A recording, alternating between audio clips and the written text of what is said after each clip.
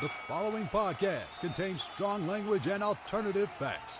Follow us on Facebook and Twitter at Heel Podcast.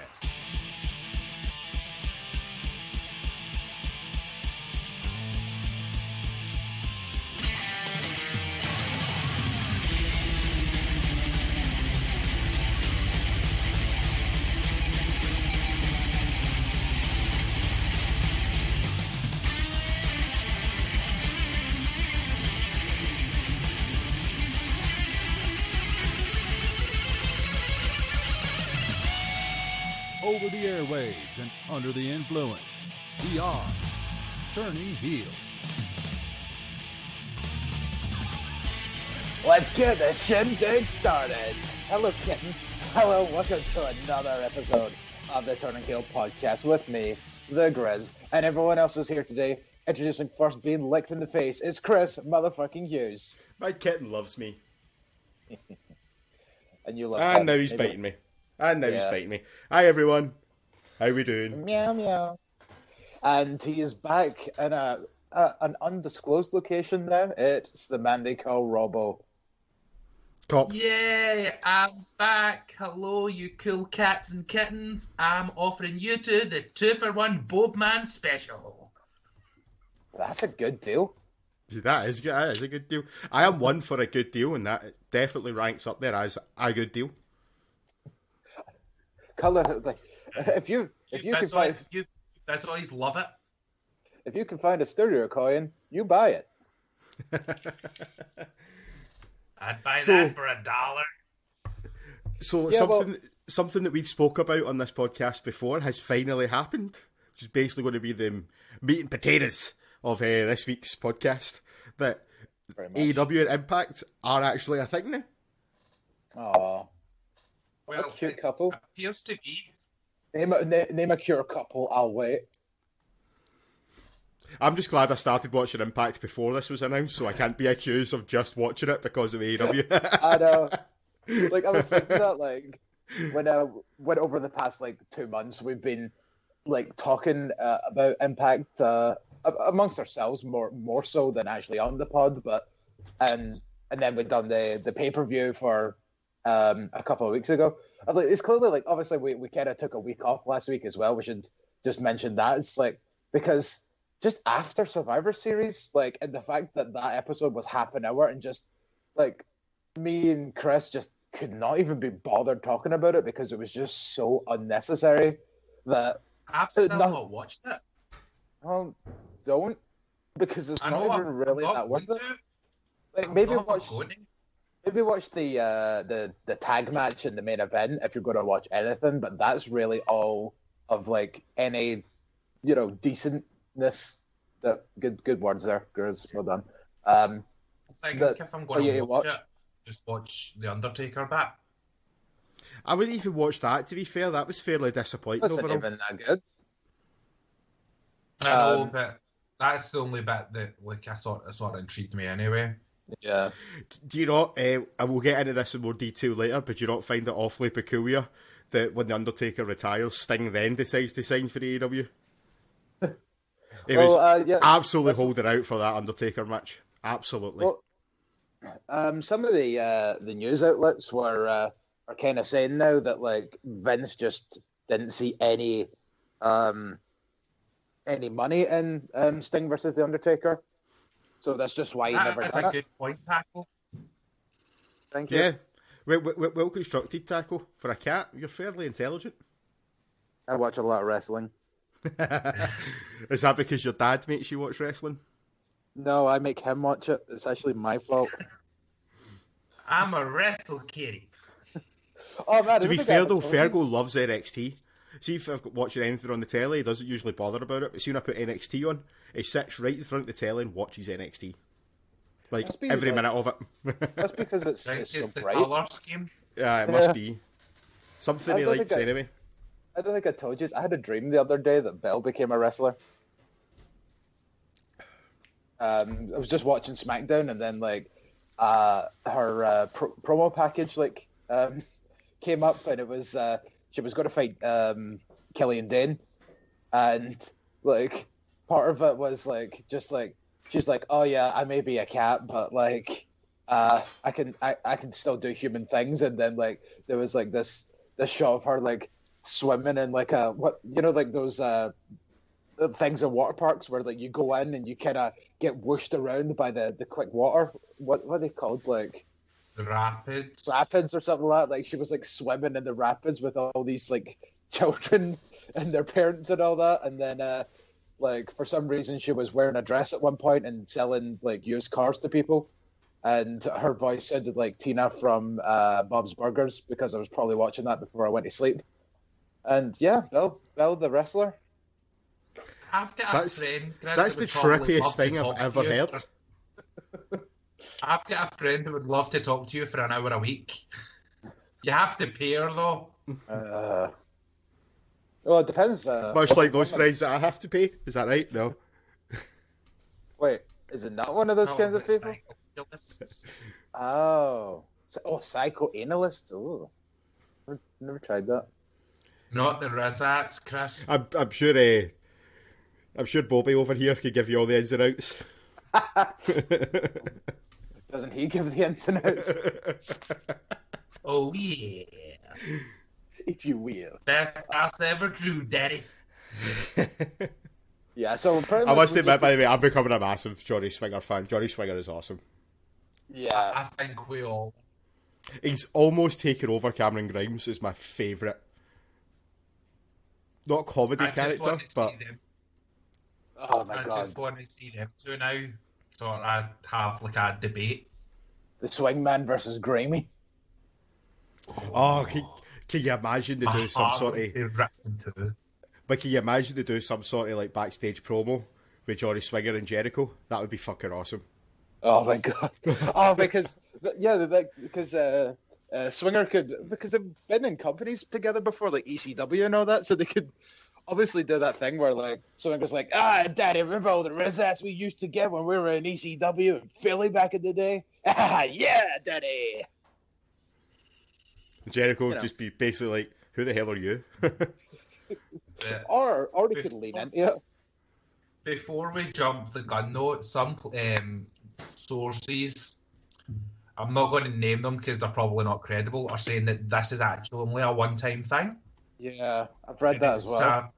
And it's a favour to Callis for Impact rather than a partnership. But I really hope it is a partnership because I've already got totally. matches in my head that I really want to see. Yeah, let's get the machine guns on fucking Dynamite against TH2, please and thank you. They're talking Oh, no, about. I'm kicking. Tony Khan said that there's going to be another Dynamite special in December at some point. So hopefully they do some crossover matches there. Well, It would make sense to do some crossover matches there because they don't have much time to build anything else. Do you know what I mean? Yeah. Well, also and they- normally December is a sort of quiet time for wrestling. yeah. Not much happens, but they've clearly fucking changed that norm. I think they'll do one between Christmas and New Year, like a New Year themed Dynamite special. Ooh, That's interesting. But- I'm having a quick look because obviously Final Resolution is next Saturday, and as of right now, there's not been any matches booked for it. I'm going to see if there's any booked on the No, there is. wiki. There is matches booked for Final Resolution. Yeah, there's two. Yeah, Yeah, there's TJP versus Brian Myers and Chris Bay challenging for the Impact World Championship. and apparently On the you can- same night, he's actually wrestling in the Super J Cup. Wow, two places at once. That's, Who was it? quite Who good. was it that ended up in 3 different wrestling shows in one night? Was it Ciampa. Ciampa? Yeah. It was on ROH, Impact, and NXT. Yeah, I know, because during that time I was making that joke of like, could you imagine how raging you would be if you hated Tommaso Ciampa and you're like, oh fuck, I'll see what's on like you're watching like Ring of Honor or something, like, I'll see what's happening on Impact, and you switch over and he's on Impact, it's like, oh no, he's two places at once, right, fine then, I'll see what's happening on NXT, oh, he's here as well. I can't. Why? I think it was on Explosion for Impact rather than Yeah, the actual yeah. the main show. He definitely was on like a couple of episodes of Impact as well. Like All right. that's what made it really strange because it was like highlighted, like he had like theme music and all that jazz when he came out, and then after I think he'd done like maybe 2-3 weeks, maybe like a taping's worth, and then he might have been on Explosion like the other half of those times, and then like it just didn't show up again. I was like, what happened to Tommaso Ciampa? Like, it seems as if they were starting to get back him a bit. Yeah, that was back during the time where Impact weren't signing anyone to fucking contracts, though, wasn't it? They were just kind of on a handshake deal with a lot of people, and that's how they kept fucking losing wrestlers.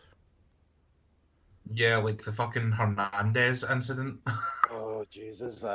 Hernandez was signed with Lucha Underground, and then he left Lucha Underground, but was still under contract. But then went to Impact, and then Lucha Underground kind of threatened to sue them, so they had to like basically scrap all the shit they taped with Hernandez. Yeah, which was bad because Hernandez was in the Beatdown Clan, which means like MVP was not on TV for months, and that pissed him off, and then he left because of it. Yeah, so he fucked over MVP as well with his stupidity. I think this needs to be it. This needs to be an episode of like weird things that TNA's done in their past. I know, but the thing is, right, like, we all know that, like, Impact's done some pretty fucked shit, right? But why are we focusing on that now when they really seem to be fucking turning the corner? Because that's why I specifically wanted it to be TNA. Because now that, like, Impact seems to have its identity, like, over this past, like, sort of, like, 1.5 to 2 years, like, it really has went, like, the extra mile. And like I'd say since the move to Access, they've really upped their game, because I mean their first show on Access they had a fucking world title cage match with Callahan and Cage.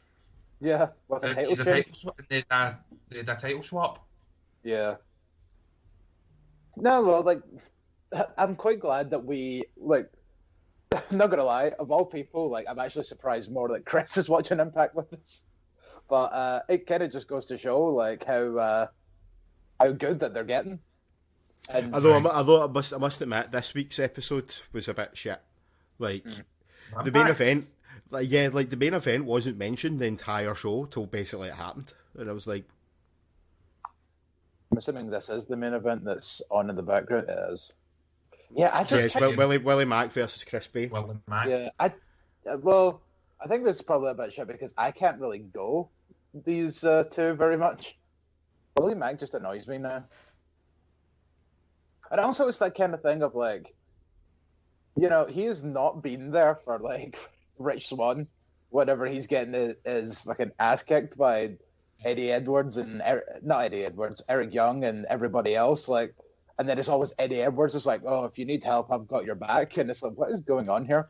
But why isn't Willie Mack your alleged best friend? This is what's making me think, though, that Willie Mack's going to fight Swan at Hard to Kill.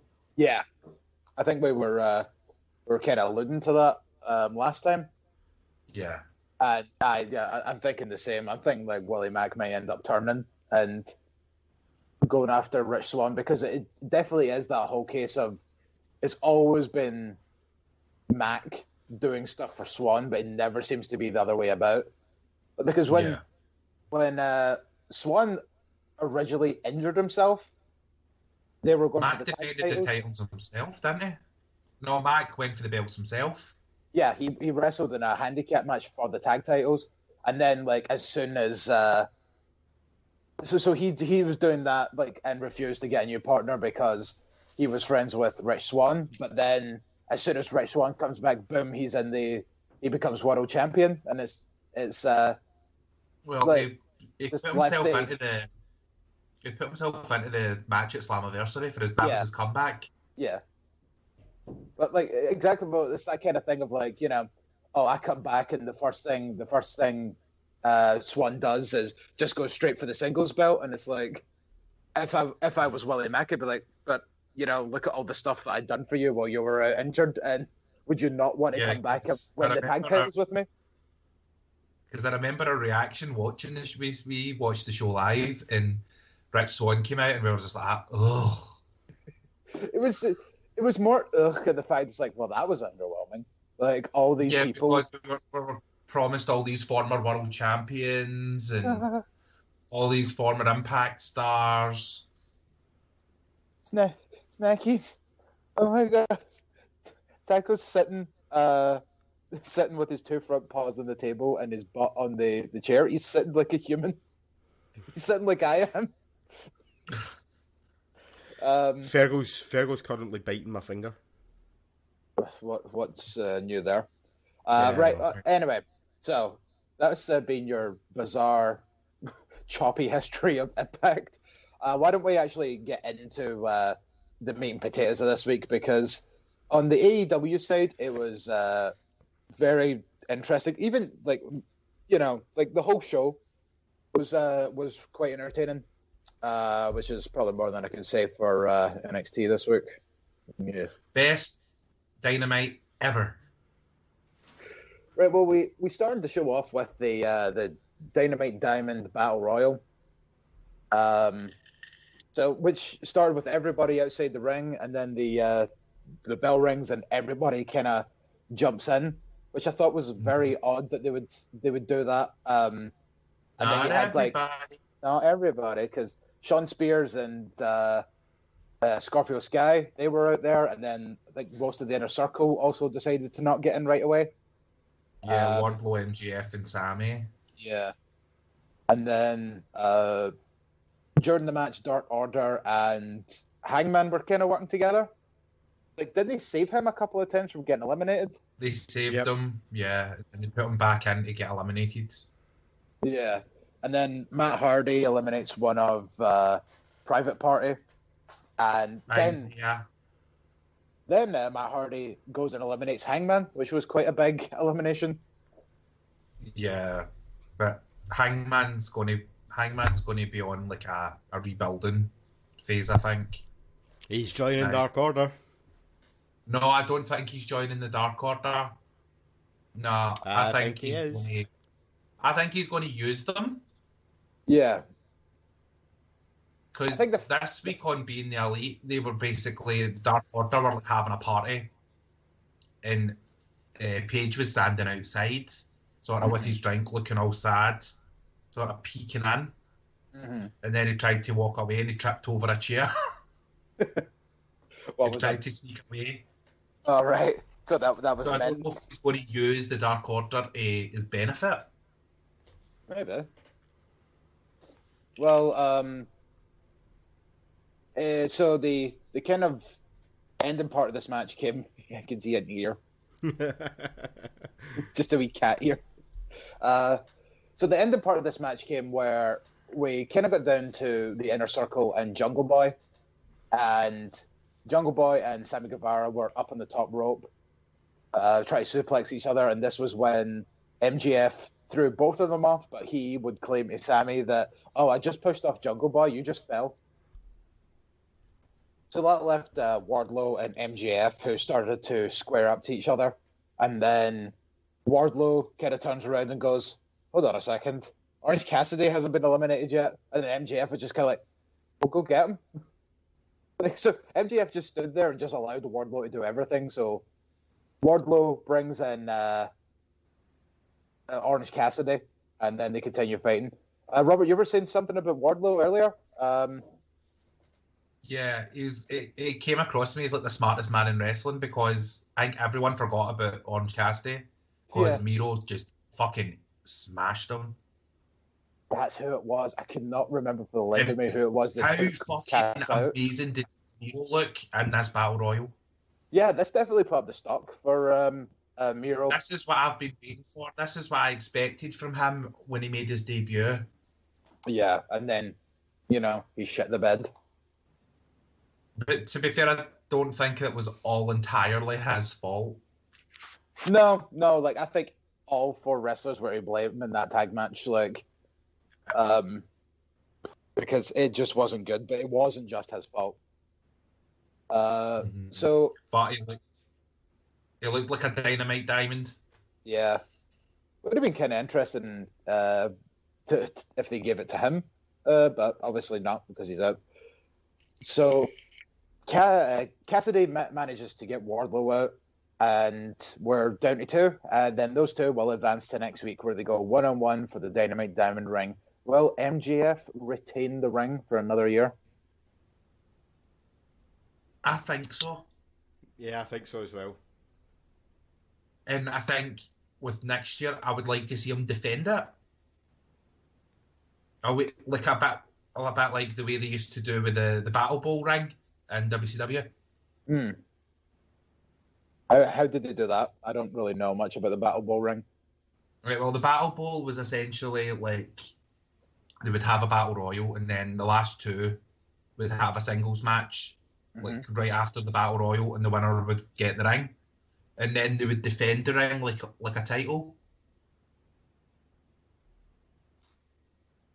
So is that it? Do you get any other benefits from the ring? No, you just get to say that you're just the champ. ring holder. Yeah, like you're that. You have that title. I see. Well, yeah, it's quite a lot like what the Dynamite Diamond is then, isn't it? Because you don't really get any benefits from that other than MJF uses it a lot to punch people in the face. Yeah, and also it would give some people more to do, like a lot of faces that maybe you don't see on Dynamite a lot. Yeah, fucking plucking a couple of names in my head, like people like Peter Avalon and Brandon Cutler, who Joey Glass, Sonny Cass. Yeah, who I'll give you quick updates on their careers over on Dark. Brandon Cutler now up to a 5-match winning streak, and Peter Avalon, he has dropped the librarian gimmick, and it goes to show that maybe being a librarian has held him back because now Peter Avalon is on the winners board. So interesting. Yeah, so I think he now has 2 wins. And also, now that Avalon has dropped the librarian gimmick, there was a promo from sweet little Leva Bates, and she's like, "I'm the only librarian now." and then she had a match and she won. So all 3 of them, when they were together, seemed to be really difficult for their careers. And now that they've all split up, they're all winning. Speaking of winning,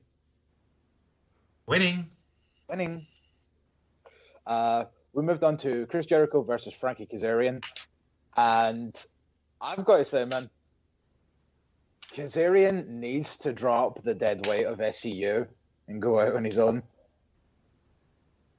because they seem to be pushing Sky out on his own now. So yeah, I would agree with you. Like, just split the 3 of them up, and but mutually, so that it's that kind of thing of why don't we just go out on our own for a wee bit and see what happens? We've won the tag titles, and we'll still be SCU, forever and blah blah blah. And when the time is right, maybe we'll come back as a 3-man and move on. But right now, we should all go solo and see what happens, because Kazarian still has so much. Kazarian still has so much to give as a singles wrestler, and I genuinely feel like him being in a tag team is not good for him right now, because his performance in this match, and then especially a few weeks ago in that match that he had with Hangman Page, goes to show that he can still fucking go at a high level as a singles wrestler. Yeah, I totally agree. But Tony Khan said in his press call for this episode of Dynamite that he's considering bringing in trios titles. So would they keep FCU together just in the off chance they do bring in the trios titles? Yeah. See, I didn't know how soon they were considering doing that. So you've got a fair amount of 3-man teams. You've got Death Triangle. You could have 3 of the Dark Order, SCU, Jungle Express. To be honest, there's so many. there's so many people in the Dark Order that you could probably actually get 2 6-man teams, and it makes sense because 5 and 10 are definitely a tag team because they've got the same color of masks now. Like they both have the white masks, and you got Silver and Reynolds. Just I don't know, stick, and then you've got then you've got Grayson and Evil Uno, like, and then you have other members of the Dark Order. Just I don't know, slap Colt Cabana with one of them, Brody Lee with one of them. Am I missing anybody? No, Anna Jay's the last one. Yeah, slap Hangman with one of them when he goes in. Yeah, and Kingston and Butcher and Blade. Yeah. I'm trying to think who else. I feel like there's more. 3-man teams. Yeah. Well, you've got Proud and Powerful and Sammy. Yeah, that's the one.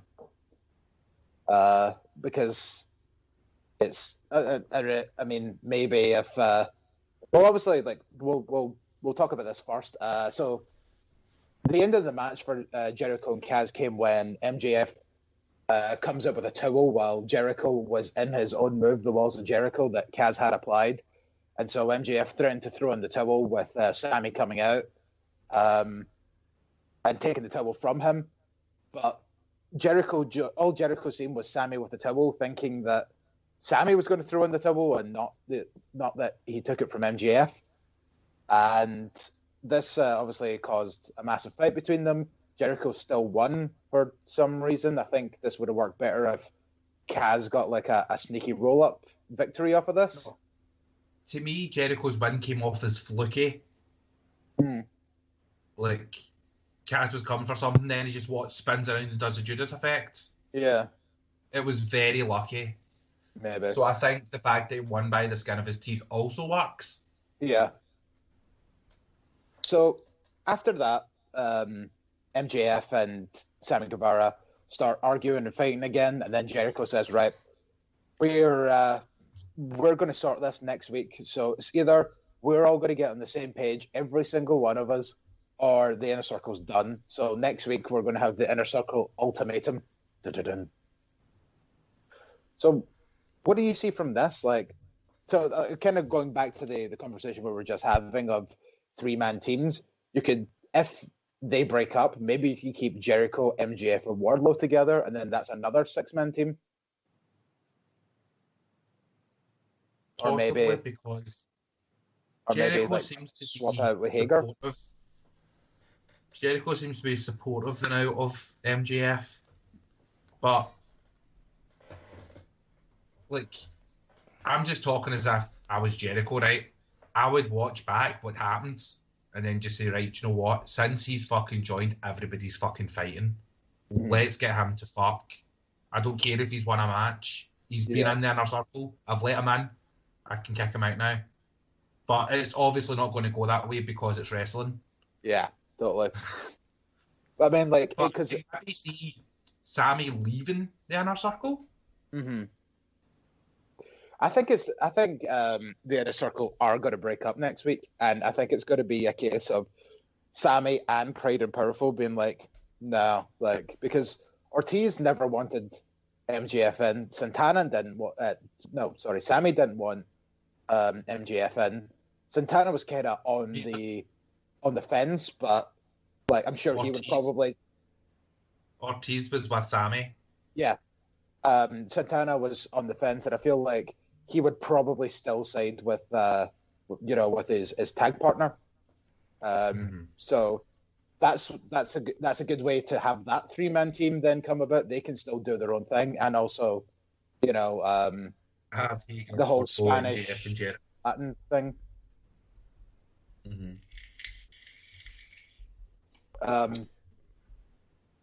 So next up was a women's match as Dr. Britt Baker DMD took on Layla Hirsch. Stardom alumni, Layla Hirsch. I'm really surprised that Taz hasn't recruited her. That's what I was about to say as well. Like, yeah, she is like literally like Lady Taz, isn't she? Yeah. I know she's pretty badass. I quite like her, and she really showed in this sort of match. Like this is almost like her kind of coming out party, for lack of a better term. And I really hope that if she's not signed, she gets signed, because she definitely adds something to the roster.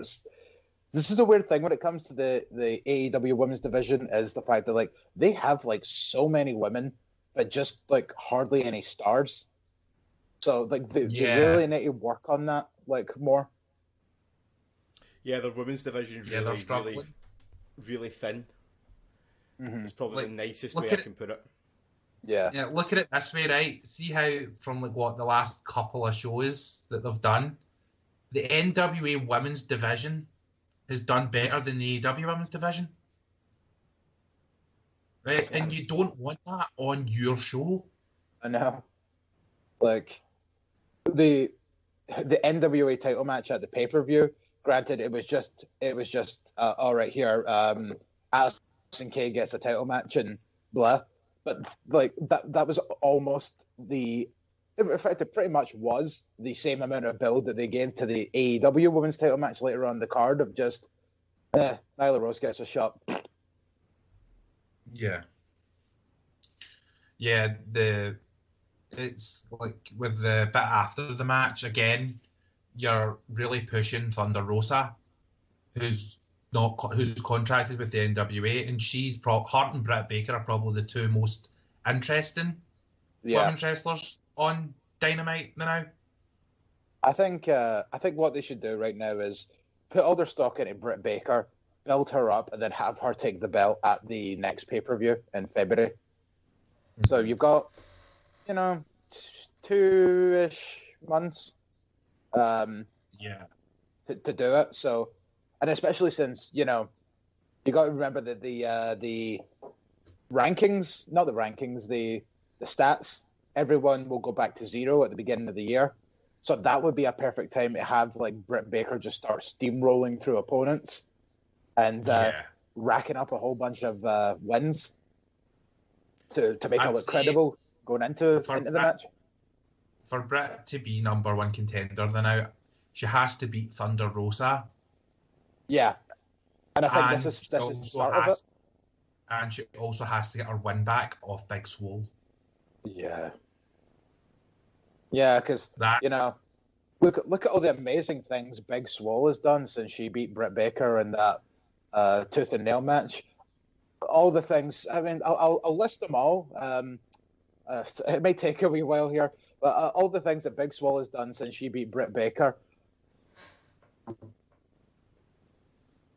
Okay, that was a long list, wasn't it? I've got a creep staring through the window. Hi, Creeper. Creeper.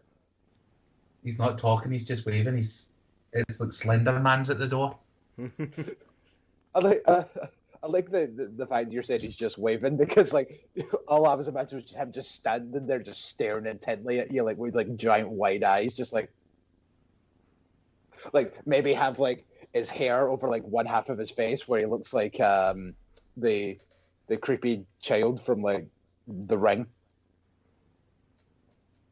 But well, what I'll do is I'll quickly run down what happened at the end of the match, and then we can get more into it. So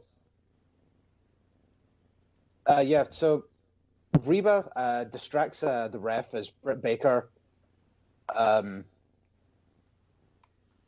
Britt Baker gets up and takes off Harsh off the top rope, where I think she was going up for a moonsault after she hit this like gruesome looking like knee strike. Then Britt Baker hits her spinning neck breaker. Then she applies the lockjaw and gets the win. She tried to do it earlier on in the match, but she was so preoccupied with trying to get the glove from Reba at the time that Harsh got out. But this time she just decided to go for it with bare fingies and got the win. And almost like the second that the bell went was when Thunder Rosa came in for the attack. The two of them get separated, and then Reba gets a few shots in on Rosa, and then Layla Hirsch comes in and just takes out Rebel with a back suplex. I mean, this is actually has a story. This is building I'm up to enjoying like it. a good sort of like tag match. Mm. And hell, even just fucking take Rebel and Layla Hirsch and have them do something together. Like, And just have Layla just smash Rebel. Just kill her. yeah, pretty much just have like Layla Hirsch and Thunder Rosa have this kind of buddy relationship where it's like, right, you take out Britt Baker, I'll take out Reba, and we'll make sure that both don't get in our business. So they're both like like divide and conquer kind of thing. It makes a lot of sense. Yeah, it's probably the music would do it. I'm down. Stop me if you've heard this before.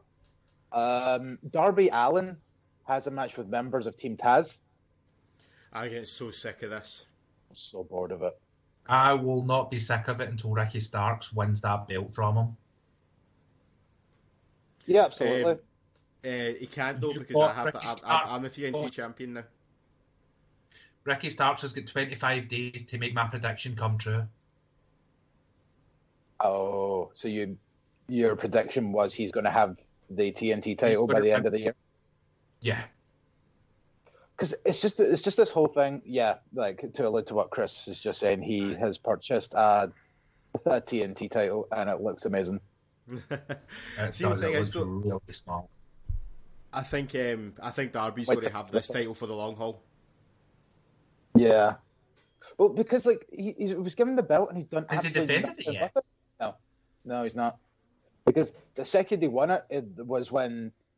In fact, it was that night when he won it. Then Team Taz came out and started attacking him. So like they've been in this feud with Team Taz, so he hasn't had an opportunity to even defend it. So I don't know. Like, maybe have him defend the belt against Ricky Starks. Have Team Taz interfere and like shoddily have him lose the belt. Mm-hmm. And then at least that way he saves face. See, the thing is though, I don't see them doing that. I don't see them having another stopgap champion. They've already did that with the TNT title. I think Darby's going to have it till at least March. Or at least February, the next pay-per-view.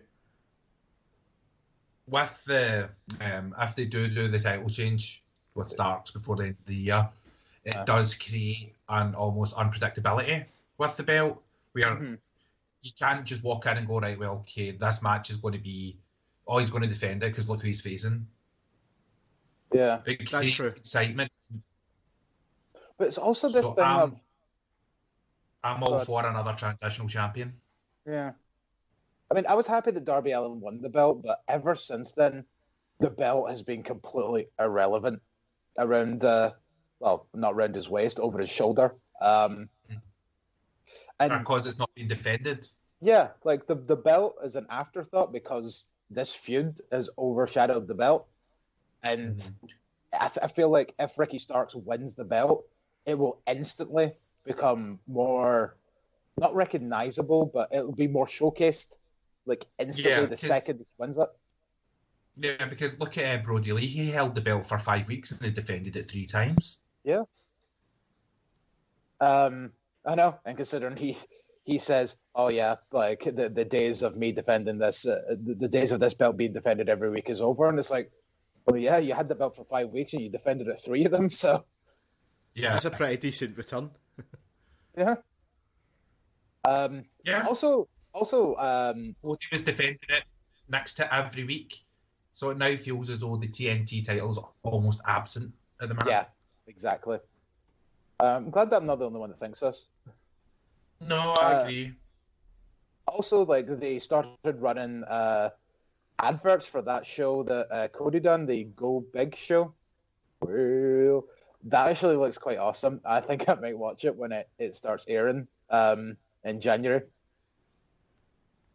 It's kind of like, it's a bit like Britain's Got Talent, except, much more like interesting. Like in terms of like the talents and shit that people are doing. It's not just singing, dancing, and comedians. Yeah. There's like it showed things like there was like one of those kind of like circus performer chicks that's like she's like balancing on her hands and then shooting flaming arrows with her feet and all that kind of weird shit. I was like, this looks awesome. A real all variety show. Yeah. And like Cody is like an actual host on it. I thought he was just maybe doing like a guest spot or something, but no, he's like actually one of the judges. All right, I thought you meant he was going to be like the Ant and Dec. Or something like that, but like no, like just is when he done this show, I didn't think he was going to be that prominent in it, but no, he's evidently very prominent in the show. Is it a show for TNT? Yeah. Right, okay, well that explains a lot why Cody's a fucking judge. Yeah, I know. But back to Team Taz. Excuse me. Who told you so? Yeah, so I took like literally 2 lines of notes for the match, and one of them was Starks gets I'm almost going to call him All In like every time I see his name. I know. I think they should have done something with that, like give him a wee undefeated streak or something like that. I'm saying that it's all out now, isn't it? They'll have done the one All In, but maybe Darby All In. I don't even think he was on that show, was he? Maybe he was in the Battle Royal. I don't remember. He was in the Battle Royal, I'm sure. Maybe. I'll go back and have a look. Yeah, so Starks gets Darby Allin to chase him around ringside, and then Hobbs just murders him with his fucking clothesline on the outside. Absolutely brutal. Like, because like I think then Darby landed on his head a little. And then the other line of notes is just the finish where Cody takes out Hobbs with a dive and Darby hits the coffin drop and Starks to win. It was a very weird kind of ending because like the coffin drop just kind of literally just came out of nowhere because it was like, oh, there goes Cody to the outside, and Darby just is already in midair by the time like the camera cuts back to him. Yeah. It was. I kind of liked how they pushed that Darby tagged himself in though, like on commentary. Yeah. They're like, oh, he's got away with that one because it worked out this time. Do you know what I mean? Yeah, that's right. Yeah, they very much hyped the whole fact that, I don't think Cody's going to be happy about that. I was like, well, not everything is about you, Cody. Yeah, but in Cody's world, everything is about him. Yeah, I suppose so. So next line I have is, can we stop this feud with Team Taz and Darby Allin then? So they then Powerhouse Hobbs. Well, this is the first time we've kind of spoke about Hobbs because we didn't thingy last week. What do you think of the new name? I like it. Yeah, I quite like it as well. I would say I quite like it, but I'm not overly sold on it, if that makes sense. Yeah. It's all right. It's a bit jobbery, though. Jobbery. Who tell yous? I tell yous. I've been saying it for weeks. Yep. You called that one a fucking mile away. He's no hit them yet. Nah. Well, the Team Taz then come back in. They try another attack, and even to the point where Arn Anderson gets in and tries to attack Hobbs, and then they take him out. Dustin comes in, and that brings Brian Cage in. They take him out, and then he just starts F5ing people like a motherfucker. And then I guess we're going to have a 6-man tag match soon. Ugh. Then the lights go out. And I know, Chris, you didn't enjoy this. But... I didn't. I'll get into my feelings on it in a minute. Yeah. But this was a moment, man. Like obviously the future of it is going to be interesting to see, to say the least. But Sting makes his fucking AEW debut, and I thought it was going to be Glacier with the video with the whole title show. Winter is coming. I really wanted it to be Glacier. Well, I Glacier. got it spoiled, so I knew who it was. Yeah, to be honest, I actually got it spoiled as well by AEW's Twitter, which I'm pretty sure I don't follow. So when it came up and says, "Oh, welcome to the team, Sting," and it's like, good. So Sting's in Well, AEW. I watched it live. I stayed up till just after 3 watching it, and the video played, and it was all wintry and stuff. I was like, "Oh my god, it's going to be Glacier because fucking Cage has the Mortis suit, and we're going to have Mortis versus fucking Glacier again." Like my mind just went like a million miles an hour, and then Sting came in. I just kind of went, "Oh, it's Sting." It's Sting. Because okay, bear in mind, Glacier has wrestled for AEW before. Yeah, he was in the Casino Battle Royal. Casino Battle Royale. Was over the budget Battle Royal. Aye, but it was also in the Casino Battle Royale at Double or Nothing. Yeah, I'm pretty sure that's the one I remember. Aye. And it was also been a part of Cody's squad when he used to come in the ring with like everybody for the Nightmare Family. 18 billion people and his dog that he fucking dragged out and had fireworks go off in his face. Yeah, notice how fucking Pharaoh's not been at AEW since. Fuck. That was a dick move. That's the thing. Like, he did come out afterwards and be like, "Yeah, they set off the wrong fireworks," and it's like, maybe you shouldn't have fireworks of any kind going off near a fucking sweet dog. Yeah, like they said that it was going to be like sensory and stuff, so like the fireworks and that would be friendly for people with certain afflictions. Yeah, but then they went off and they're just like, fireworks they're just plain fireworks. There's nothing sensory about them. Yeah. Poor Pharaoh. I hope he's doing well.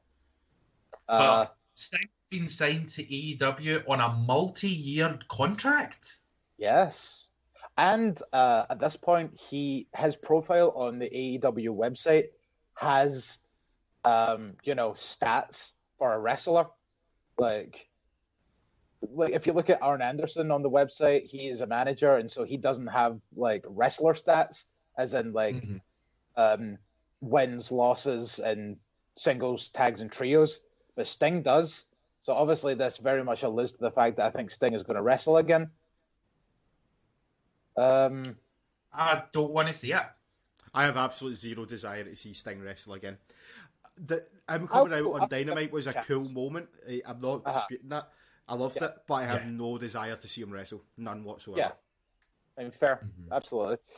See if he wrestles and he does at least a decent job, then I'll be fine with it. Like, because obviously it is going to be on the occasion. I don't see Sting fucking working a fucking Cody schedule where he needs to wrestle every single week or anything. But as long as if they make the matches with Sting interesting, or even if it's just kind of things like, I mean, like the fact that he comes out and he stares down all 4 people in the ring. He stares down Arn Anderson, then he stares down Cody, and he stares down Dustin. And now Sting and Dustin would be quite interesting in terms of like obviously the amount of history and everything they have. And I don't know, maybe they could just like for Dusty or something like that, a kind of tribute match or something.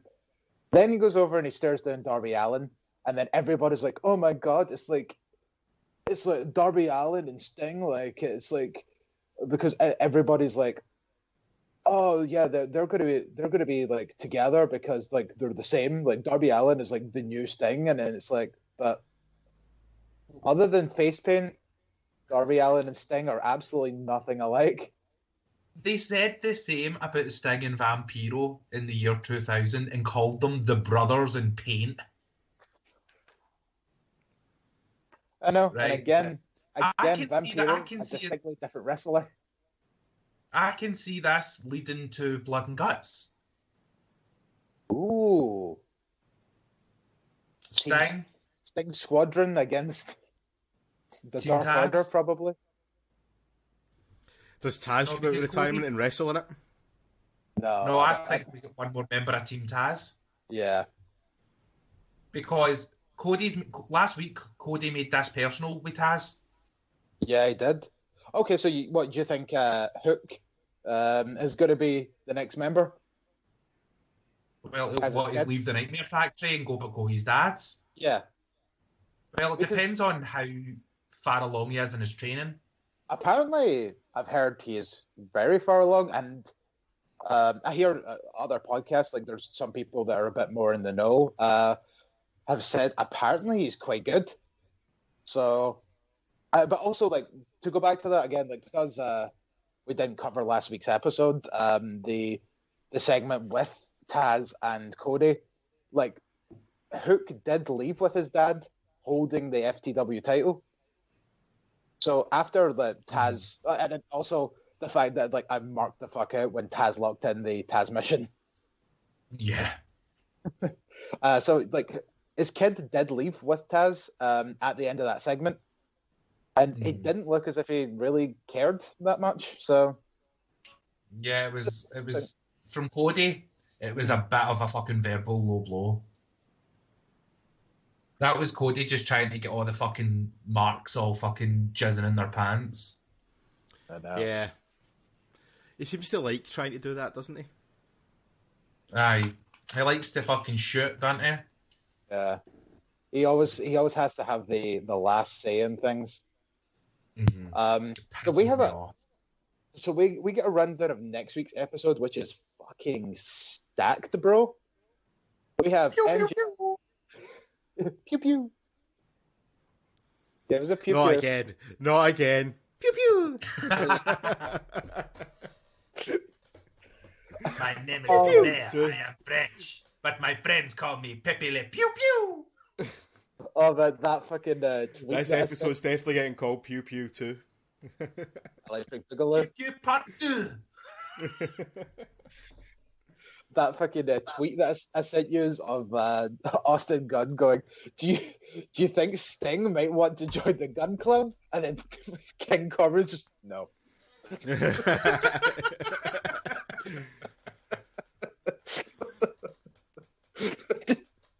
Just one word, no. But the Gun Club has a new member. Yeah, I cannot remember his name. Billy Gunn's son. Yeah, Billy Gunn's other son that looks more like him than Austin does. What is his fucking name? I think he begins with C. There you go. There's another fucking trio. I knew there was another trio. Trios everywhere, and not a belt to win. Yet. Yeah. Lucha Underground did it first. Simpsons did it. So Did Karen really not do it first? Oh, they had the tournament, but don't think they had belts, did they? Every year they done the 6-man tournament or the three-man tournament, whatever the fuck you want to call it. I don't know. But just to be safe, you're right. Talk about American companies. Mexico done it way before. Yeah. Oh, Mexico has like 18 billion titles. Like AAA, like fucking. You watch a AAA show, which I'm planning on next weekend when Triple Mania airs. So I'll give you a quick rundown on that one. Unless you just want to watch it with me, but I'm not forcing you to watch fucking every fucking bit of wrestling I'm going to watch. But like almost like every match, like there's somebody with a belt. They've got like intergender titles, 6-man tag titles, regular tag titles. Wouldn't be surprised if they have like junior versions of tag titles, and then they've got like 4 different singles belts. One of them which Kenny has and will defend next Saturday. It's just belts everywhere. Has Kenny not had that belt for like 2 years or something like that? He's had it for a long time, yeah. Oh, probably almost as long as Moxley has had the New Japan United States Championship for. Yeah. He's had it since Wrestle Kingdom Night 1 this year. So he's had it since the 4th of January. And he's defended it once. Yeah. And as... to be fair, not his fault. Yeah. No, but like the last time he had the belt, he had to give it up because of the typhoon. Right? So why not just say, right, okay, look, there's a pandemic. Wait, Typhoon back? Did you not see him on NXT a couple of weeks ago? Maybe they don't have.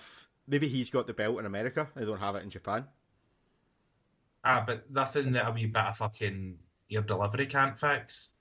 But to be fair, right, they've got an interim version of the belt now with the briefcase where Kenta's been defending it. And also, people were kind of saying that maybe it was Kenta that attacked him a couple of weeks ago. And that theory makes total sense because Kenta does still live in Florida. Yep. Yeah, and he's after the end of the G1, he flew back to America, and I think he's taping more strong shows. So he is back in America now. Yeah, he'll be leaving to go back shortly in time for Wrestle Kingdom. Because he'll need to do the 2-week isolation again. Yeah, so I'm thinking definitely at this point, Mox is defending that belt against Kenta at Wrestle Kingdom. Not according to Tony Khan. Tony Khan says won't be working Wrestle Kingdom. Really? Yeah, I assume because of the quarantine issues that it involves. Yeah, because they quarantine for 2 weeks, but he gets there, then quarantine for 2 weeks when he gets back. Yeah. Yeah, so we'll be out for over a month. So unless you do, see if they'd done this, if they'd done the attack angle after, maybe they do it next week instead of doing it back a couple of weeks ago. They would give themselves that breathing room. But then again, I don't think they want to give up one of their biggest stars for a month on television. Yeah. I mean, you could just do something like, we haven't seen or heard from John Moxley since he lost the belt, and then just work this kind of angle of like,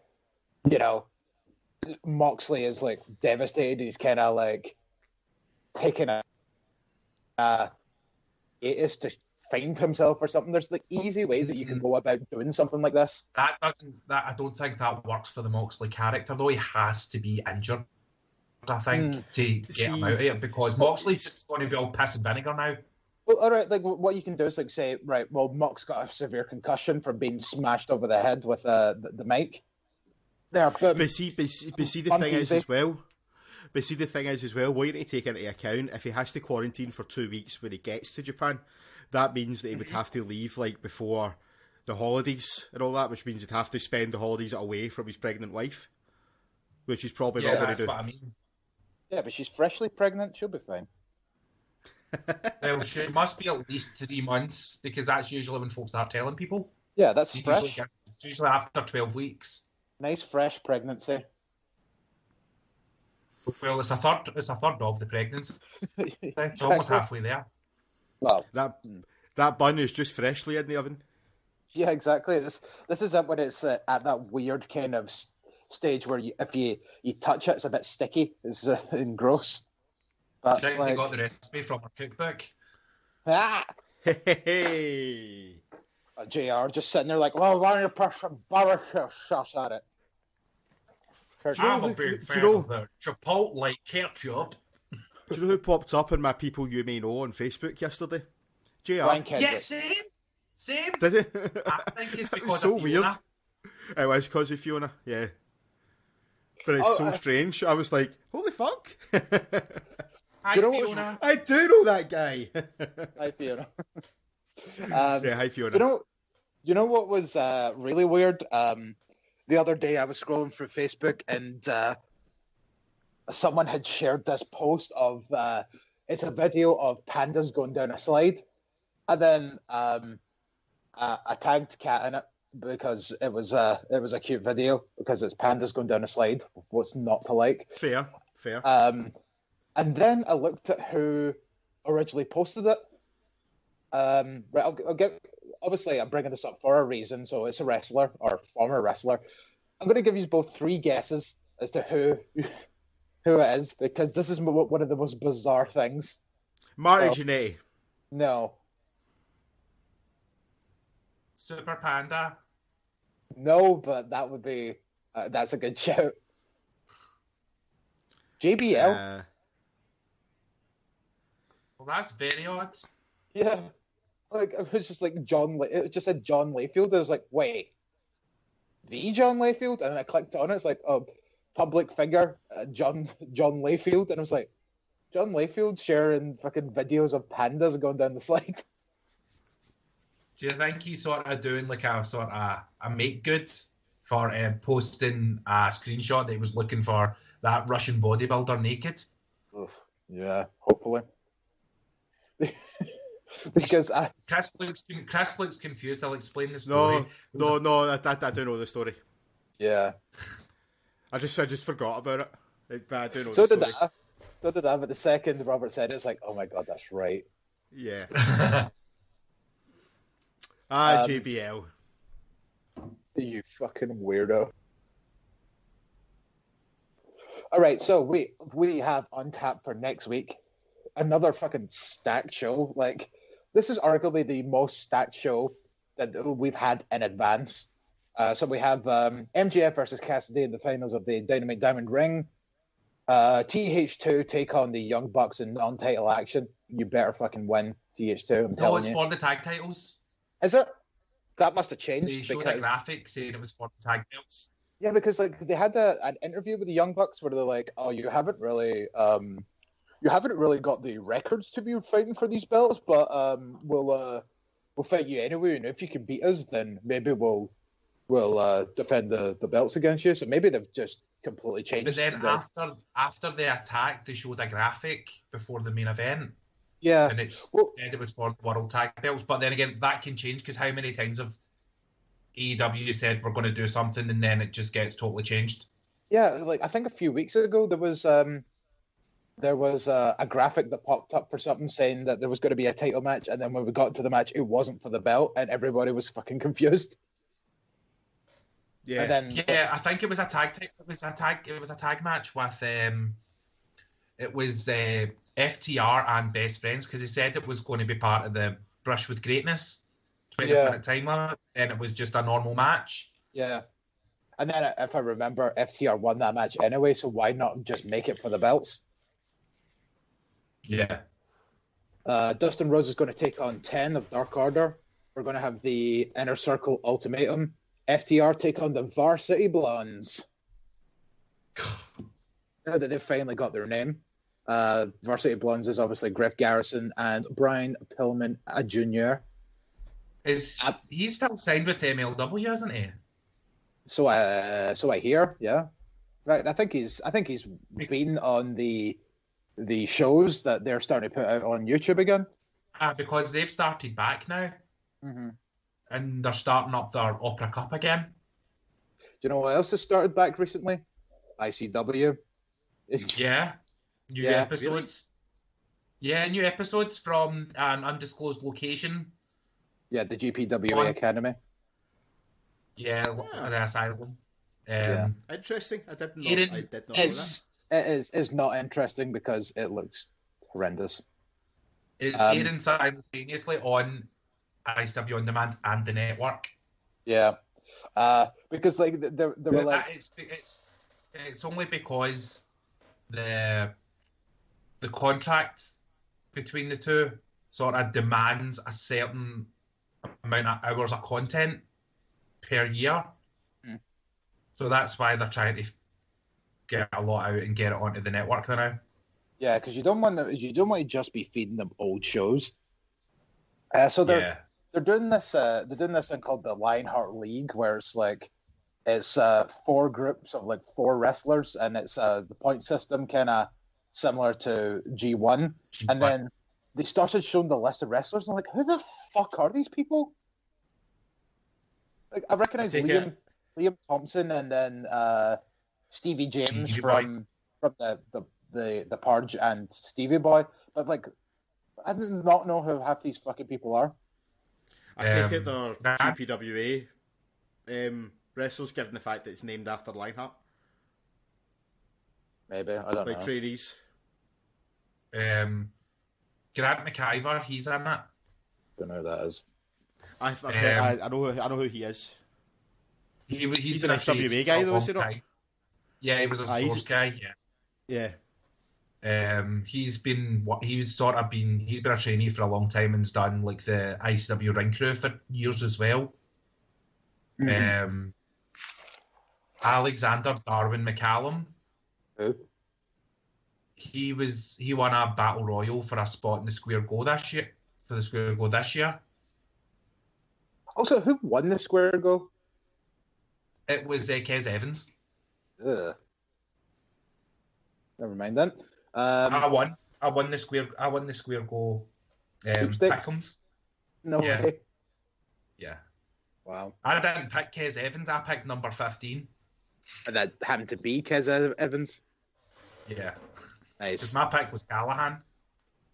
That would have been good. That'd have been interesting. Because at the time he was still the Impact World Champion. Yeah. And I was singing my wee hat out. I made him up a wee song. Go on, how did that go? It went a wee something like this. Sami Callahan, Sami Callahan, Sami Callahan, Sami Callahan. Fair enough. Did you appreciate it? No, I was too far back. I don't think I've ever told you the one time where me and a bud went down to Maidstone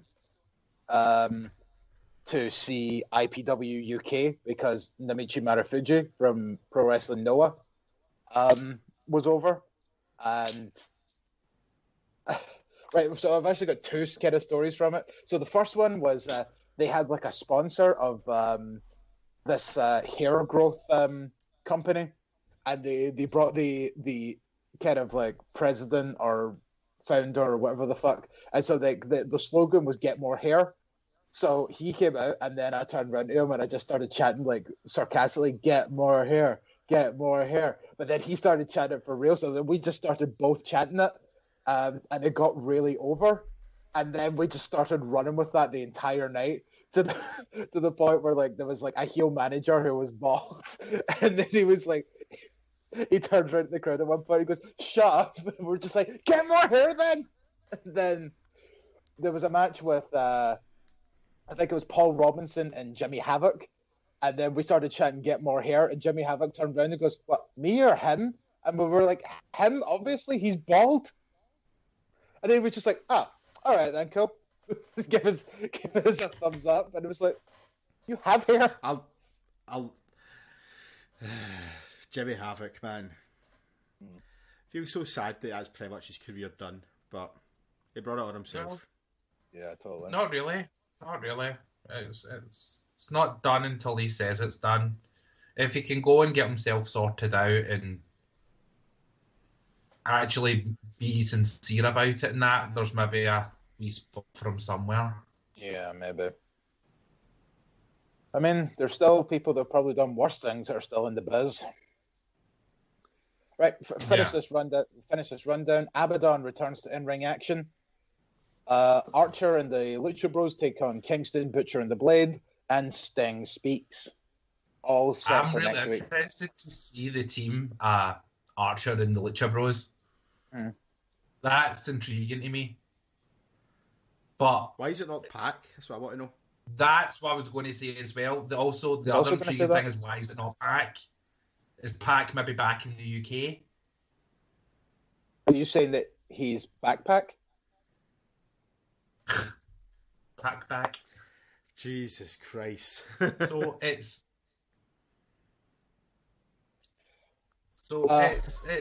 unusual.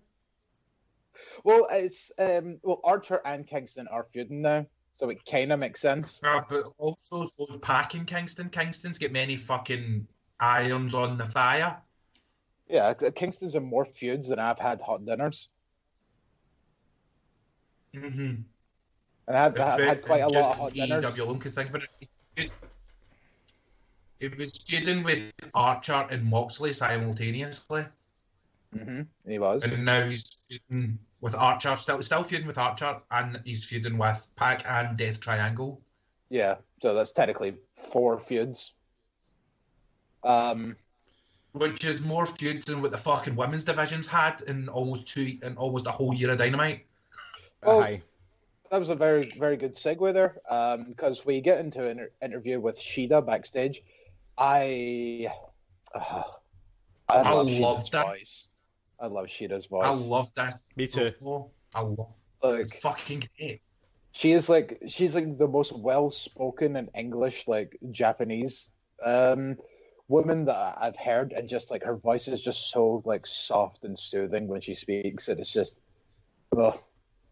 Like it's not even She's like hot butter. it's not even like a sexy thing, even though she is, but it's just like I could listen to her for hours. Like, I don't know, do a podcast, read Harry Potter, I don't know, like do more stuff. Because like she still has like the really cute Japanese twang, but she's like so like quite fluent in English compared to like the other Japanese women that are on American television. They get quite fancy. Her enunciation is very good. Yeah. Yes. I think that's the word that I was missing there. Yeah, so she enunciates well. So she was and are you thinking of those videos, Chris? Yeah. Um, well, I was actually just thinking, my ex Sam used to always be able to tell when she was drunk, because like she was English but she lived in Canada, and like when she was drunk her accent would pure morph into this weird sort of Canadian English hybrid, and she would over enunciate every word, like trying to like pretend she's not drunk, and that just popped back into my head, and it's like, yeah, you're steaming. Well, there you go. Well, yeah, so like Shida got interviewed, and she's like, Abaddon, she's just zombie cosplay. I cosplay sometimes. And then she starts that one grabs a spank bank. Hi, it's on my laptop. Also known as your spank bank. Sure. I've got a good amount of those. Obviously, you've not really seen any of the other ones. That's why I'm not sharing them with you, because they're mine. You can keep them. Yeah, well, one of them is Mina Shirakawa, so needless to say that I'm running thin on the tape for that one. I need a lot of rewind and fast forward in there. So she's got the promo, and then this creepy noise off camera scares her, and then she's like she's a bit shooken up, and she's like, can we do that again? And then Alex Marvez like, we're live, pal. And then Shida just kind of goes, okay, well, I gotta go, and then leaves. Bye. So Don Callis was on commentary for the main event. The main event, Jon Moxley versus Kenny Omega for the world title. I don't think we really need to run down the match, as we've already kind of spoken about the ending, where Moxley hits a paradigm shift into one of the heaters that's at ringside. This causes Don Callis to get up, and they're kind of looking at Kenny as if like he was injured. So Callis gets a microphone, because Moxley sends Kenny Omega back into the ring and continues attacking him. So that's when Callis picks up the microphone and starts saying to the ref, he's hurt. Like, and then Mox takes down Callis and kills the flower that was in his little shirt jacket pocket, because it was just the petals were just lying everywhere. And then Kenny gets the microphone, and as the ref is distracted attending to Don Callis, Kenny Omega smashes Moxley over the head with the microphone, hits an abundance, I think that's the right word, of V-triggers, hits the one-winged angel, and you're new! Oh, I'm so happy. All Elite Wrestling World Champion Kenny Omega. I'm just calm yourself down there, Dapper Yapper. Thank you. But yeah, and I actually have wrote that like that in my notes.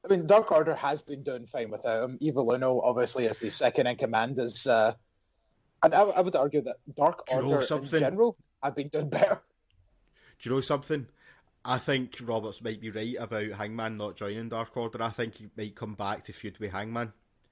Because I think Hangman might be on the verge of joining, and then Brody Lee comes back and he's like, no one, who are you to decide who joins this group or not? Interesting. Well, to be fair, Reynolds and Silver are the recruitment team. Yeah, they've got their own T-shirt. Yeah, I know that, but surely they'd be recruiting on Brody's say-so. Yeah. So if they've maybe gone into business for themselves, try and recruit Hangman, and then Brody comes back and just basically like destroys Hangman and is like, what are you doing? Yeah, that's a good chat. I do love their recruitment style though, of walking up to people and just telling them how handsome they are all the time. And then I would never done that to me. Doesn't John Silver always constantly talk about like how nice their ass is as well? Aye. So the 3 count hits. Kenny Omega gets given the belt. He throws a quick pose in the ring, and then Don Callis and Kenny Omega just book it out of the arena, like walking past everybody. Tony Khan stands up from the gorilla position, like, what the fuck was that? And then they just kind of like, nope. They run through like kind of catering, I assume. There's a whole bunch of people there, like, what the fuck was that? And they're just like, nope.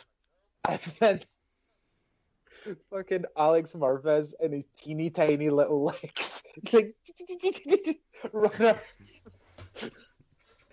up next to him, and they're like, he's like, what was that? What happened? And Don Callis is like, oh, you'll find out on Tuesday. And he's like, down Mace on Wednesday. And he's like, no, you'll find out on Tuesday on Access on Impact. My mind fucking blew. Oh yeah, like I was already screaming when fucking Kenny won the belt, but see when he said that, I just went, wait, what? And then probably like Cat in the other room's like, oh, he's talking to the TV again. The 3 cats were probably in the other room like that. Just, it's okay, you'll get over it, leave him alone. Like, I think Taco was sitting next to us. He kind of looked up like, Joey, shut the fuck up. I really hope this isn't just a one-off favour. I know. There's some rumours that it might be a one-off favour. There are some rumours that it might be a full-time partnership. Why don't we very quickly... Don't get me wrong. I don't want it to be a full-time partnership because I think that's not great for either company. Well, maybe a full-time... But I would like to see them do like a joint show. Just the one joint show. Do you know what I mean? Mm-hmm. Well, actually, like this is something that I forgot to bring up to you. While I was looking for the card for Final Resolution, which there's like 3 matches, and it's next Saturday. One, do you think that maybe they bring in some AEW talent and we have some AEW versus Impact wrestlers to pad out that card?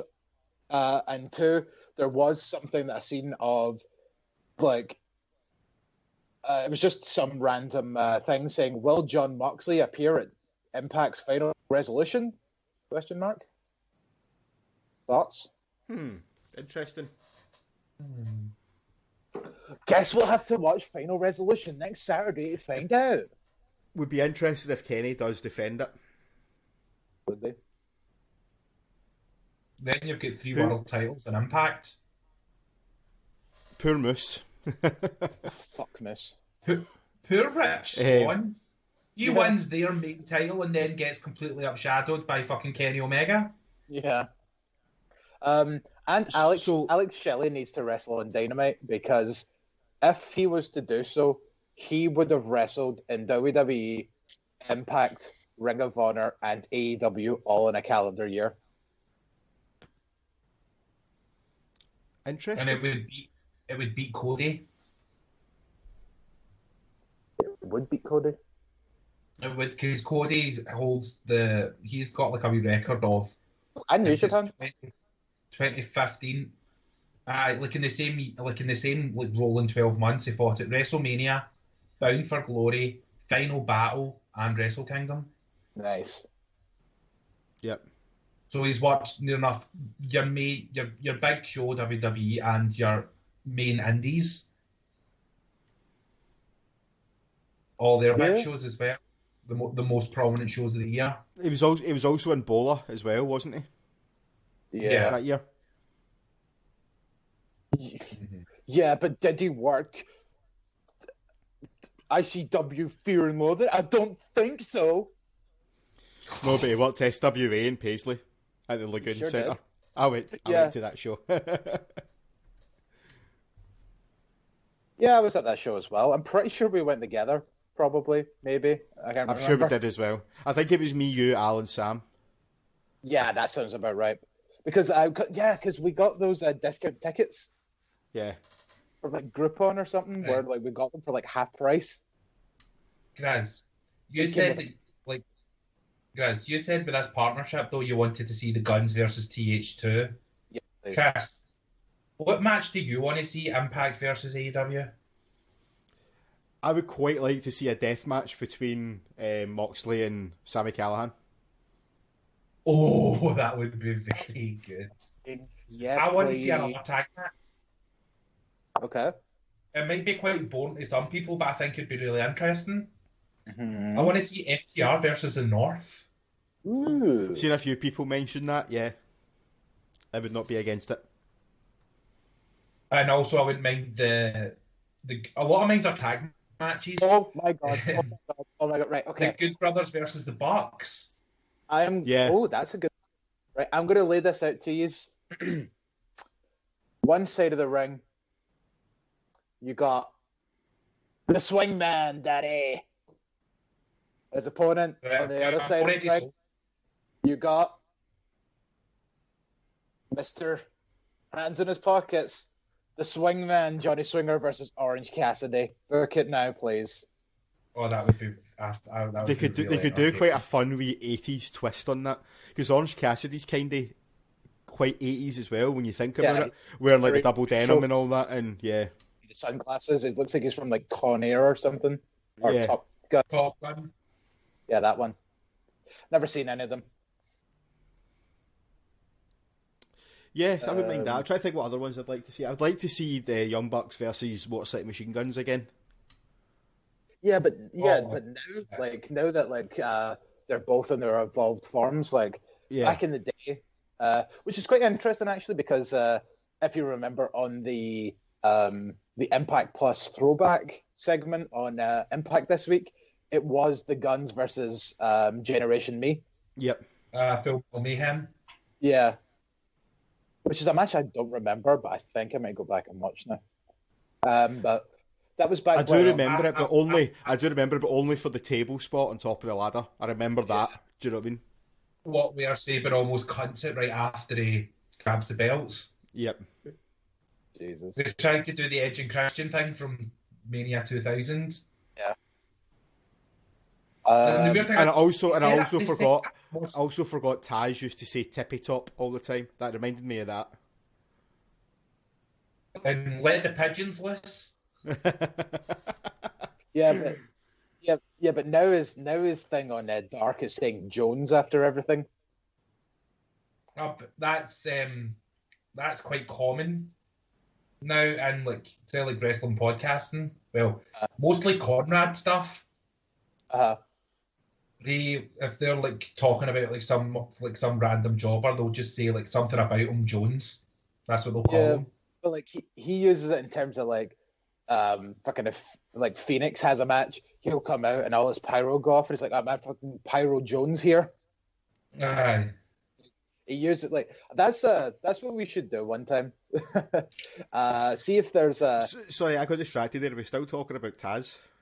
Yeah. Yeah. Right, so Taz, the man who has now added someone called Powerhouse Hobbs to his stable, just randomly makes up names for people.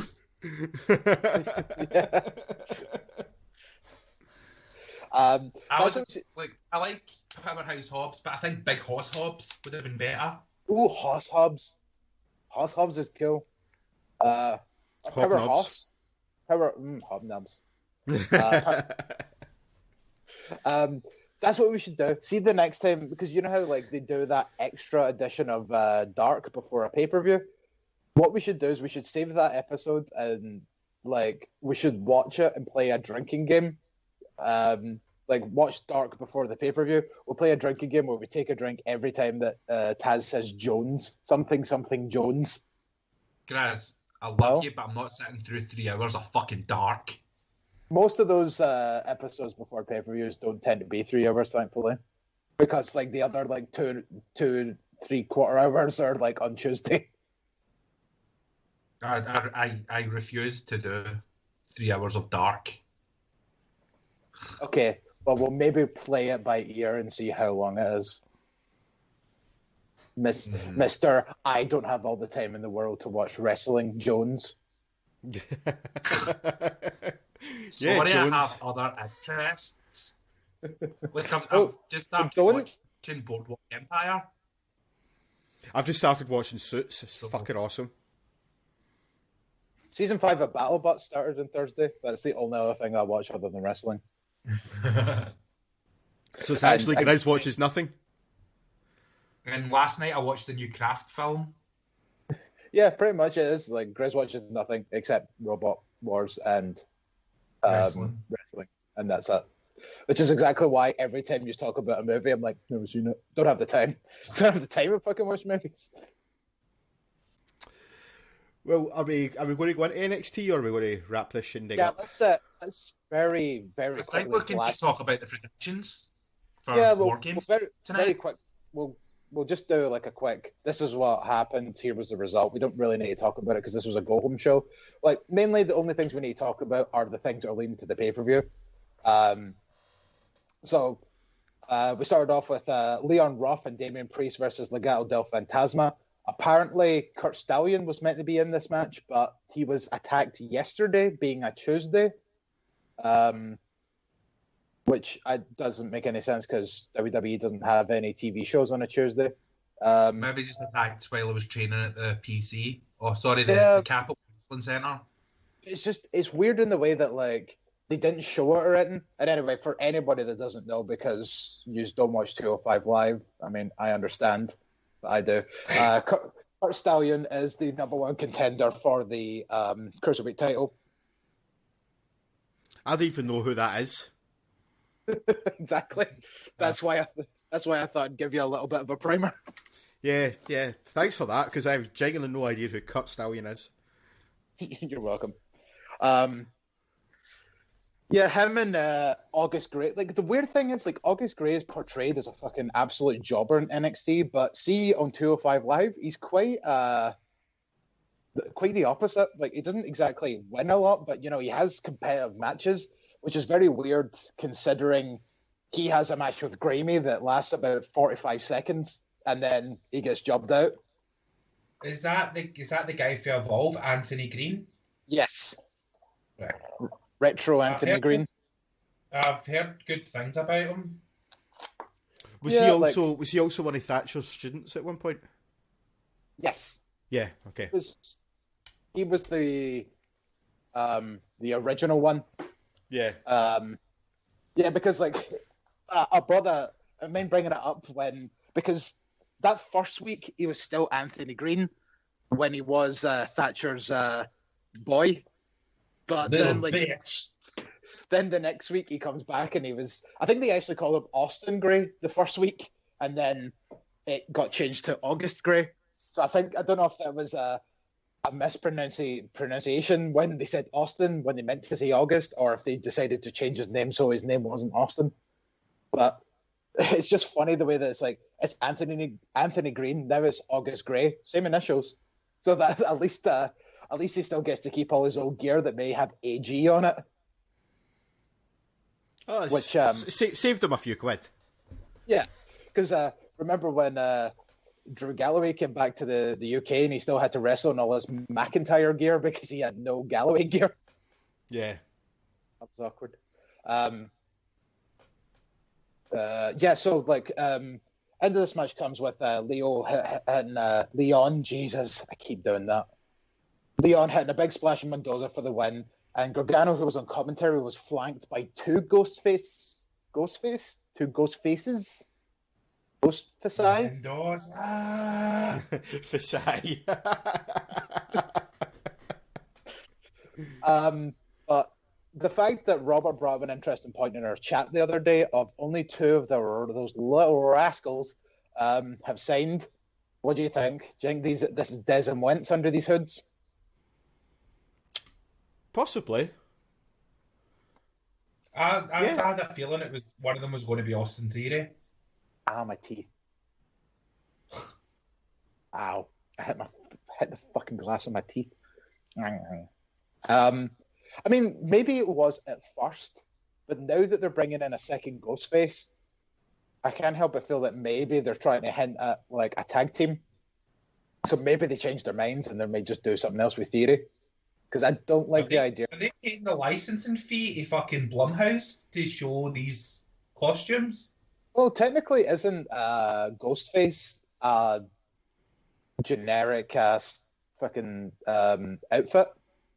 No, because that's why in the first two seasons of the Scream show, they couldn't get the rights to the mask. Ah, interesting. So that's why the mask changed. And just now, Blumhouse is, I think it's wrapped up production on the new Scream film. Yeah, it's out next year. Again. So they have the rights to to Scream now. So to me, they would have the rights to the mask. Coming out next year. I can't wait. It's gonna be a very horror-filled year because all the horror movies that were meant to come out this year have all been pushed back. So we had Candyman, Halloween, Spirals, the Book of Saw movie. Yeah. What else? There was something else, I'm pretty sure. But they're all next year. So we've got those three heavy hitters, and now you're saying Scream 5 is also going to be next year? Or maybe... It's just called Scream. They're doing the same as what they've done with Halloween. It's a continuation of the story, but they're just calling it Scream again. Annoying. They should just call it Scream again. That's good. That's good. That is actually quite a good name.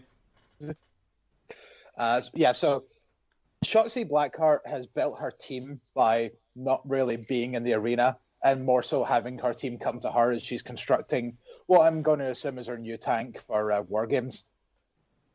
So earlier on in the week, Rhea Ripley came with what looked like a cannon or something and says, I think you're going to need some firepower. And then later on in this episode, Ember Moon comes in, presents something under a cloth to Shotzi, and Shotzi looks at it the same way that I look at her. Probably a squeaky wheel, because that's what fucking Ember Moon's been since she came back. Yeah. Squeaky fart. Yep, August Grey took on Gramey. That was a quick match, and then Gramey put the, what the fuck's the thing called? Strap on August Grey, then beat him up a bit, threw him outside the ring, and then it's like, and if he tries to run away, I can pull him back. And then when he pulls the strap back at the ring, Dexter Lumis is attached to it. I thought it was a nice little spot.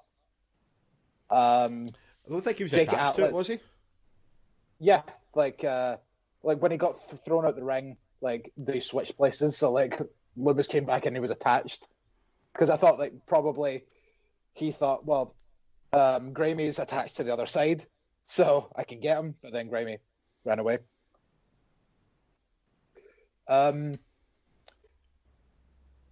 like I'm going to bring this up because it's not part of the build up for the show, but it's something I've been wanting to talk about for a couple of weeks now. Jake Atlas beat Tony Nese, and it's about goddamn time that they start fucking building up Jake Atlas, because that NXT cruiserweight title match he had a couple of weeks ago that lasted about all of like 4 or 5 minutes was like a bit of a travesty. The dude's fucking awesome, and I feel like he's just been jobbed out constantly these past couple of weeks, and Road don't deserve it. I wouldn't know. You see a lot more of him because you probably watch him on 205. He doesn't even show up in 205 very much, which is annoying. Like, for me, I've not really welcome seen watching much. Jake Atlas twice a week. He's like one of the best fucking 205 wrestlers they have. Sorry, Chris, you were saying? Yeah, I've not really seen enough of him to really form a solid opinion. I've just seen what I've seen on NXT. Yeah. But meh. I've kept this one in my back pocket for a while, but I've decided that instead of calling them the Kings of NXT, I've just decided I'm going to call them the Brand because of fucking Pat McAfee's slogan, "Do it for the brand." So if they're the brand, they're doing it for themselves. So I've just decided I'm calling them the Brand now. They came out and talked. Sisters are doing it for themselves. Or FTB. Yeah. For the Brand. Then we get another thing with Boa and Xia Li, where they're constantly being dunked into water, and then they're beaten by kendo sticks as the creepy, overseer watches. Then Everrise. David Lopan's back. Sorry? I think David Lopan's back. It's a Big Trouble Little China reference. I see. That's why I didn't get it. Never seen it. Do you know what? I demand returns to my NXT TV viewing pleasure soon. The fucking Damo and Drake Maverick theme tune. I'm missing that so much.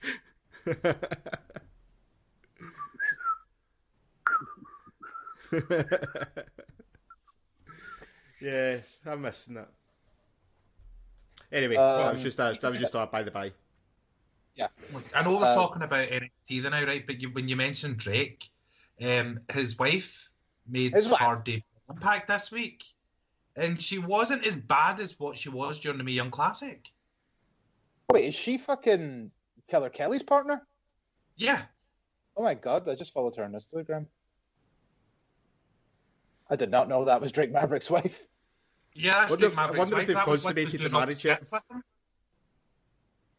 Well, he's had all this time off. Maybe they consummated the marriage when he got fired to make him feel better. I remember her being absolutely terrible during the first Mae Young Classic. I don't even remember. Her in they brought that up during the match that she was in the Mae Young Classic, and it was like, I guess she was apparently. But it looks as though she's really improved since. Yeah. And her gear is amazing. Yeah. I mean, she looks incredible. I just think that's bonkers that I didn't realize that was her. Sorry about the tangent, though.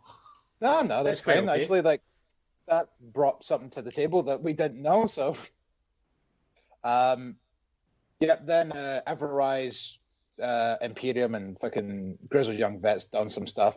Thatcher done another seminar.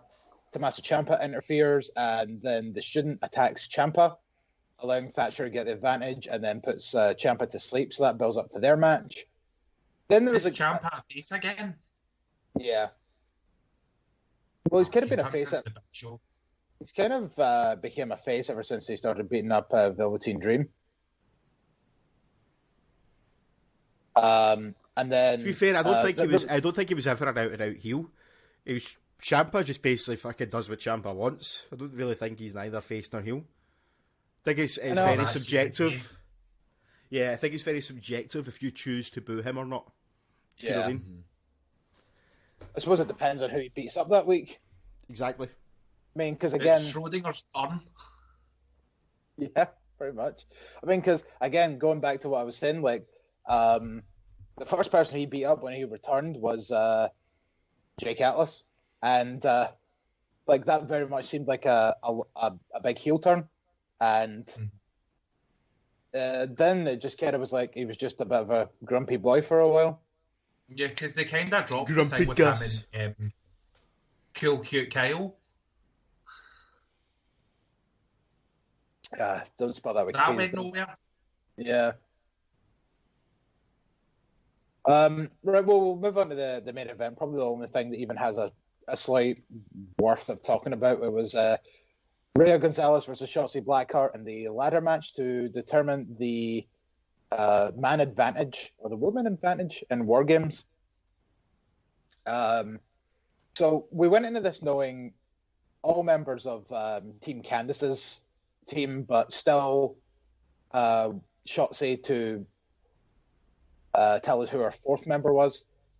So there was a part in the match where Gonzalez had the opportunity to get up the ladder while the other two teams were fighting on the outside. This is when Io Shirai shows up and jumps on her back as she was climbing the ladder, and then she continues to climb the ladder, which looked pretty badass.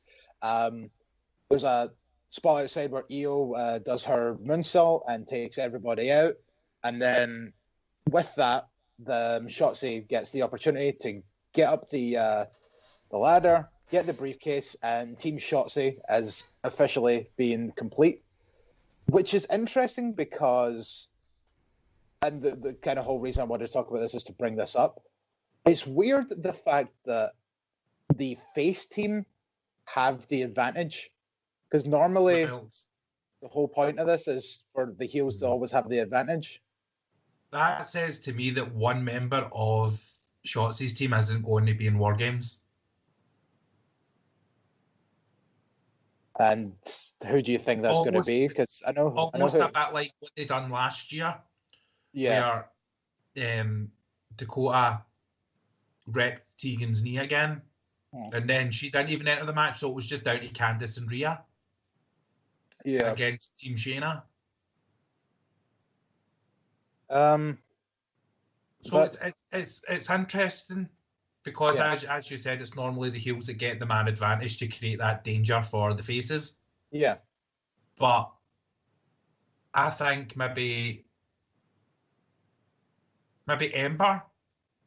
Yeah, I would think if there's anybody that's not absolutely vital to the team, it would be Emberman. Mm-hmm. Like, let's face it, Rhea Ripley still needs some help because I mean, this time last year she was the hottest act in fucking WWE. Yeah, and hard losing to Charlotte Flair, regardless of the fucking circumstances on TV. Like hard losing to Charlotte Flair made her look a bit weak. Yeah, and well, I wouldn't have said it made her look weak. Like Charlotte has that. Maybe weak's the wrong word, but I think you kind of get what I'm going. For me, it was more deflating than looking weak.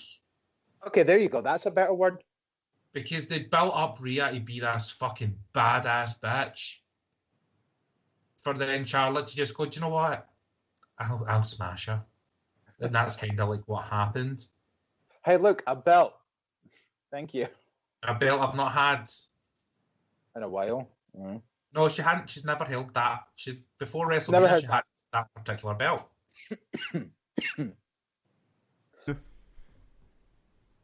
All right, so let's move on to the final segment where we will run down Tribute to the Troops. No, I'm only kidding. That is on tonight, though, by the way, which obviously I'll probably watch. But anyway. It's quite strange that it clashes with Takeover, but anyway. I don't think it's clashing, per se, because I think it's on in the afternoon. I think it's meant to be like 3 o'clock in the afternoon, so which is like 8 o'clock here, so I don't know if you don't have anything else to do and you can find a way of watching it. I mean, there's something. So we have 5 matches set for War Games.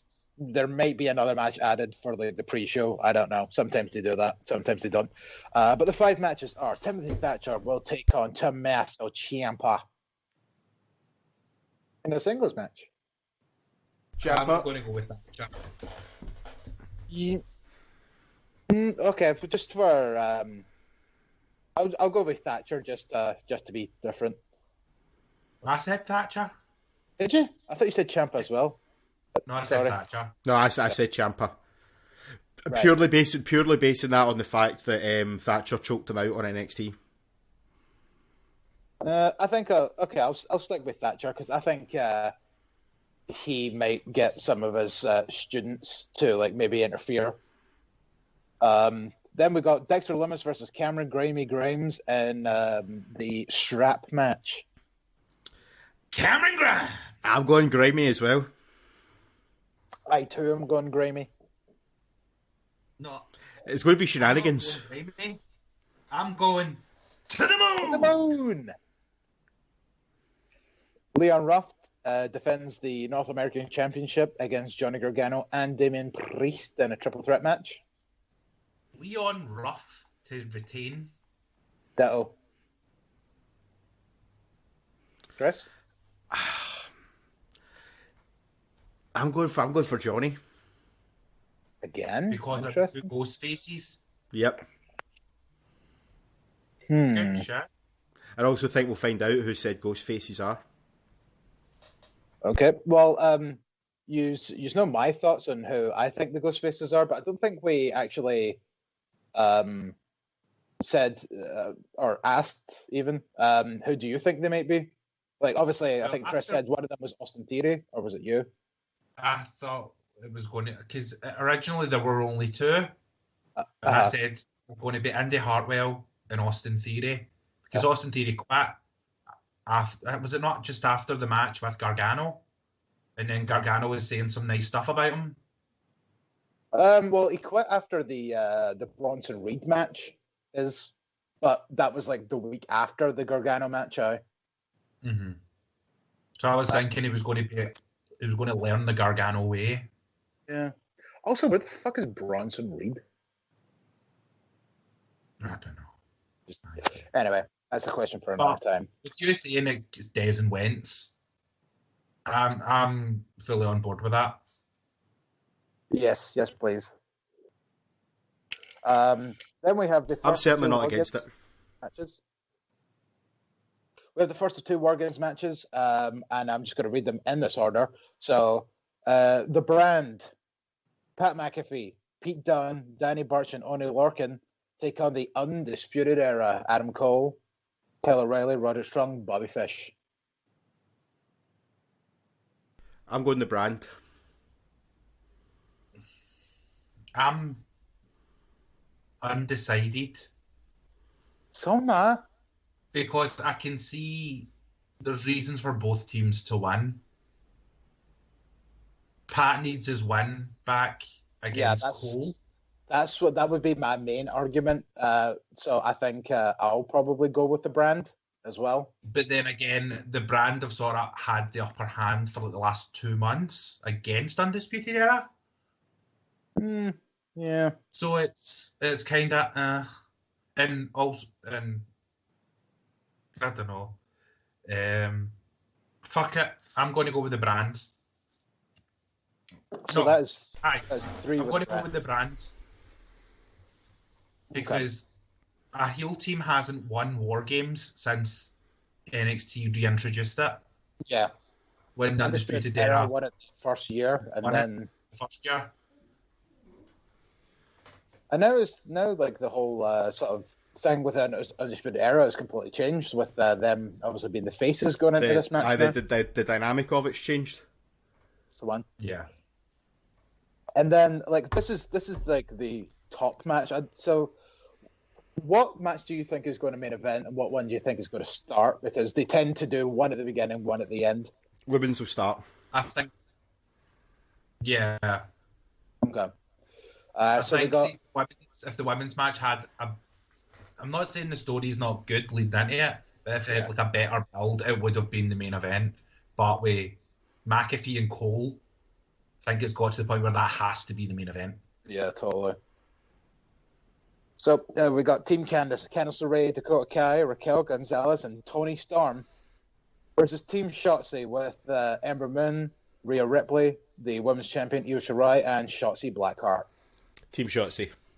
Yes, I put her name last because of favoritism. Team Candice. I'm going for a heel clean sweep. Ooh.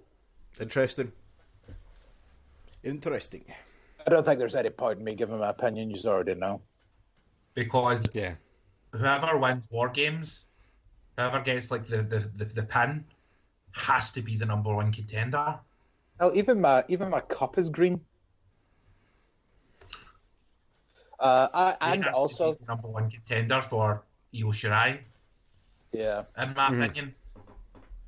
I mean, I think that should be how it ends. If it's going to end with the heels winning, one of them should pin Io Shirai, and I think it should be Toni Storm.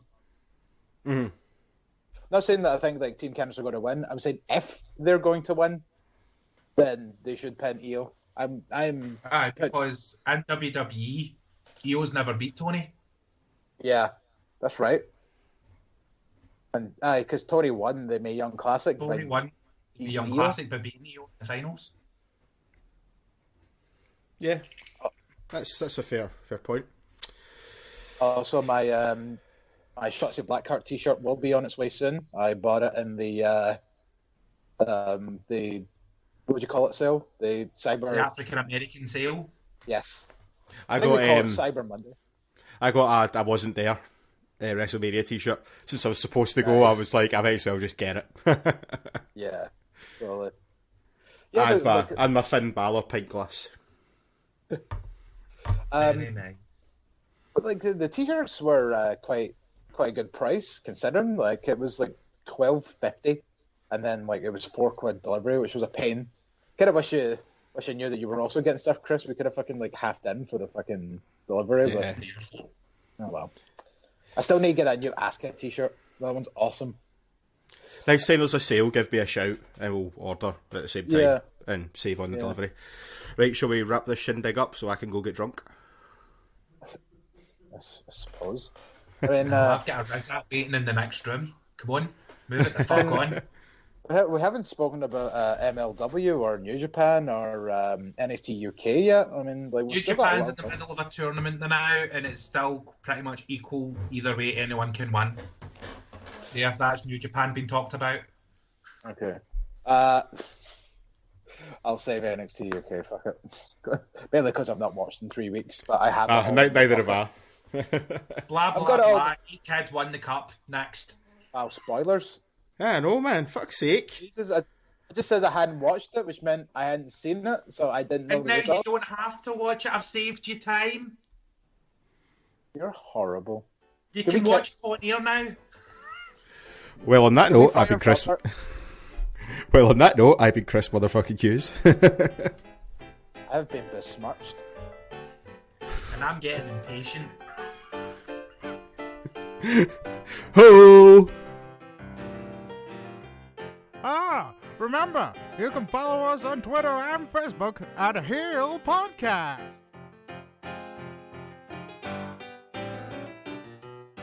And also, don't forget, you can hear our archives on the World Wide Web at heelpodcast.co.uk. Well, that's all, folks. So long. Have a good day.